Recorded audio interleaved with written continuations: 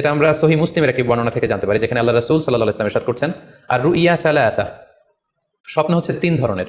ফারুইয়া আস-সালিহা বুশরা মিনাল্লাহ, যেটা ভালো স্বপ্ন সেটা হয় আল্লাহর পক্ষ থেকে। ওয়া রুইয়া তাহজিনুন মিনাশ শাইতান, আরেকটা স্বপ্ন থাকে যেটা শয়তানের পক্ষ থেকে, সেটা ভয় দেখানো হয়। ভয়ঙ্কর যদি কোনো দুঃস্বপ্ন দেখে থাকেন তাহলে এটা আল্লাহর পক্ষ থেকে নয়, এই স্বপ্নটা শয়তানের পক্ষ থেকে।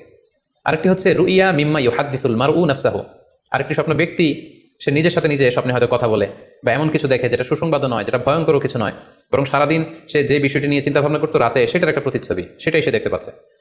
এটা হচ্ছে নিজের পক্ষ থেকে স্বপ্ন। তাহলে খুব সহজে আমরা এভাবে বলতে পারি যে স্বপ্ন 3 প্রকার, একটা হচ্ছে রাহমানি, আরেকটা হচ্ছে শাইতানি, আরেকটা হচ্ছে নাফসানি। রিপিট, আমি আবার বলছি, স্বপ্নের প্রথম প্রকার হচ্ছে রাহমানি, দ্বিতীয় প্রকার হচ্ছে শাইতানি, তৃতীয় প্রকার হচ্ছে নাফসানি। যেটা রাহমানি সেটা রহমানের পক্ষ থেকে আল্লাহ দেখান, আর যেটা শয়তানি সেটা শয়তানের পক্ষ থেকে, শয়তান ভীতিকর পরিবেশ তৈরি করার জন্য বা ভয় দেখানোর জন্য যেটা দেখায়। আরেকটা হচ্ছে নাফসানি, যেটাকে বলা হয় আবগাস ও আহলাম, যেটার কোনো মিনিং হয় না, অর্থাৎ নিজের পক্ষ থেকে নিজের চিন্তা ভাবনার প্রতিচ্ছবি।